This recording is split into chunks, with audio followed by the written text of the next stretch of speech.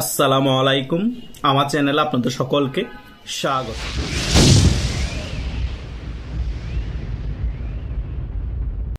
রাষ্ট্রপতি শাহাবুদ্দিন চুপ্পুকে 5 আগস্ট পরবর্তী সময় অনেক বেশি নজরদারিতে রাখার পরেও এবং গৃহবন্দী রাখার পরেও এই রিসেন্টলি রাষ্ট্রপতি শাহাবুদ্দিন চুপ্পুকে বাধ্য হয়ে আনলক করে দিতে হয়েছে।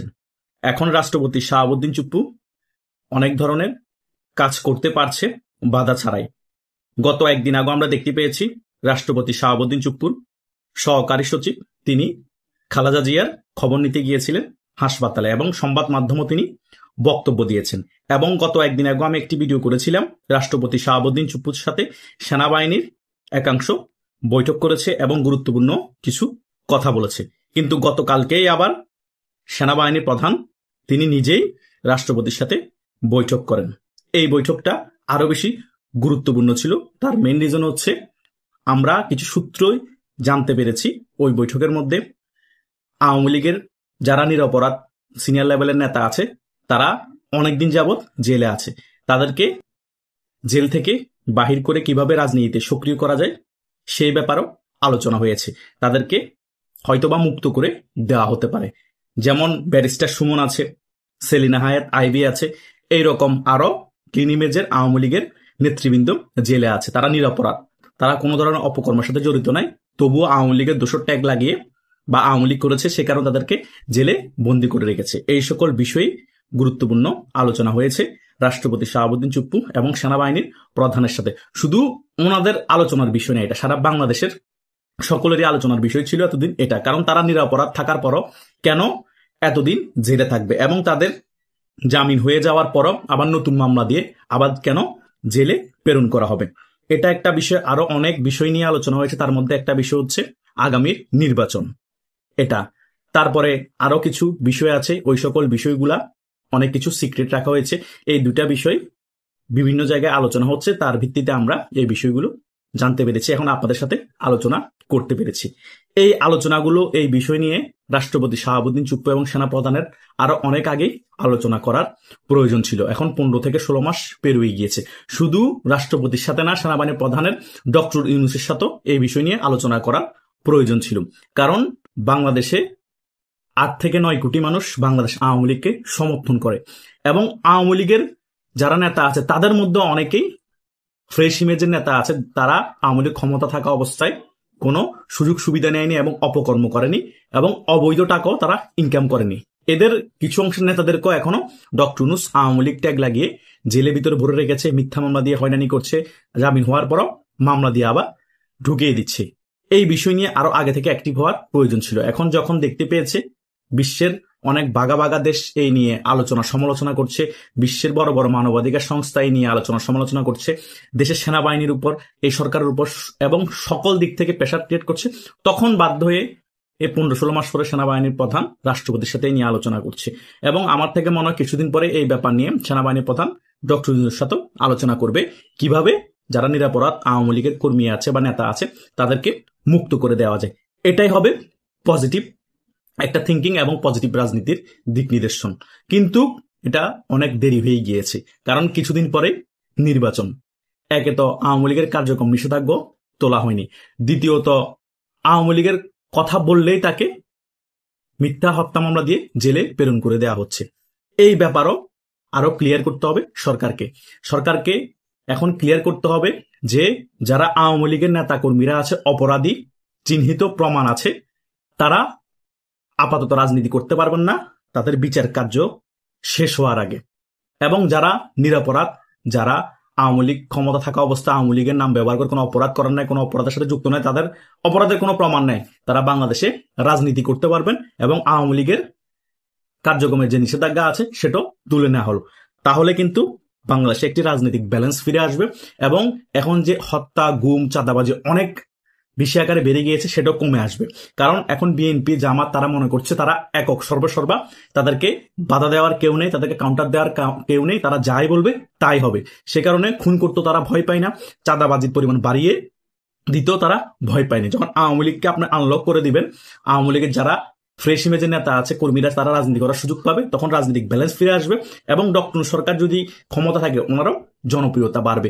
বিশ্বের অন্যান্য দেশ থেকে এবং মানবাধিকার সংস্থা থেকে ওনার প্রতি প্রেশার আসবে না এবং সেনাবাহিনীর প্রধানও বাহবা পাবে।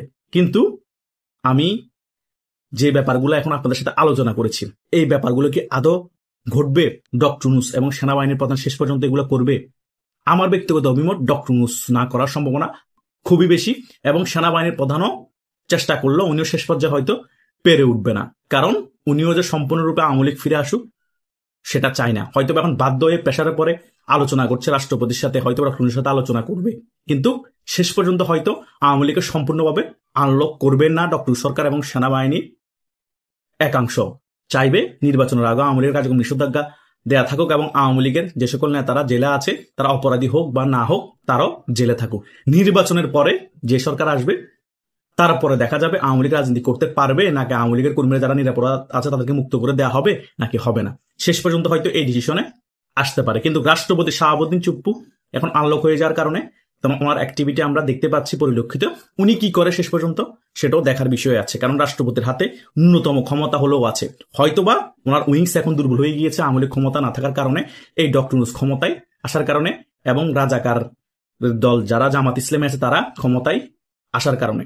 ক্ষমতায় আসা বলতে রাষ্ট্র ক্ষমতায় না, মোটামুটি রাজনীতির মধ্যে ক্ষমতায় আসার কারণে। সেখানে রাষ্ট্রপতি ক্ষমতা থাকার পরে তিনি প্রয়োগ করতে পারছেন না, মবের ভয়ে এবং আন্দোলনের ভয়ে, হয়তো প্রেশার ক্রিয়েটের ভয়ে।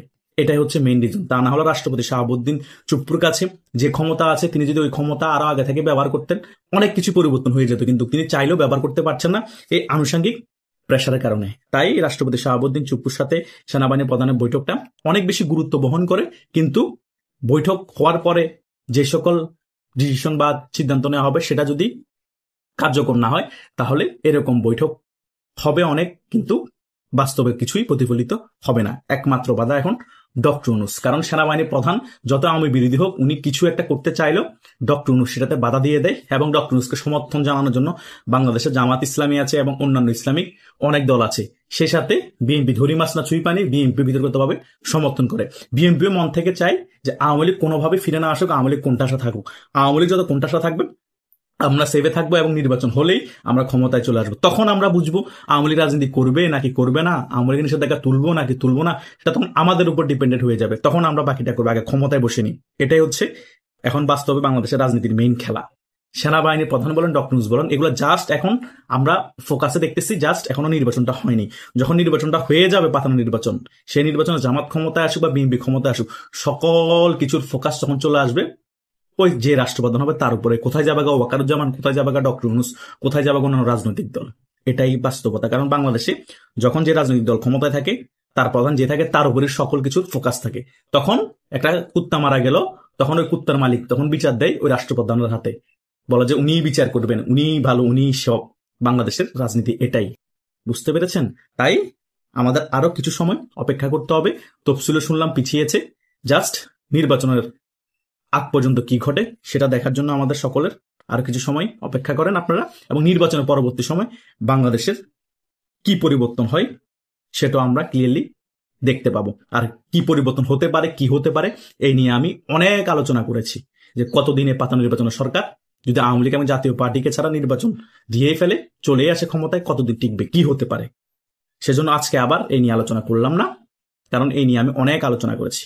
আশা করছি রাষ্ট্রপতি শাহাবুদ্দিন চুপ্পু এবং সেনাবাহিনীর প্রধান ওয়াকারুজ্জামানের যে বৈঠকটি হয়েছে সেখানে কিছু না কিছু একটা ভালো দিক আমাদের জন্য ফুটে উঠবে। আমরা হয়তো ভালো কিছু আশা করতেই পারি, হয়তোবা কোনো কিছুই না আশা করতে পারি। সকল কিছু আপনাদের উপর। আশা করছি সকল কিছু বুঝতে পেরেছেন। আপনাদের যদি কোনো মতামত থাকে কমেন্ট করে জানাতে পারেন। ধন্যবাদ সকলকে।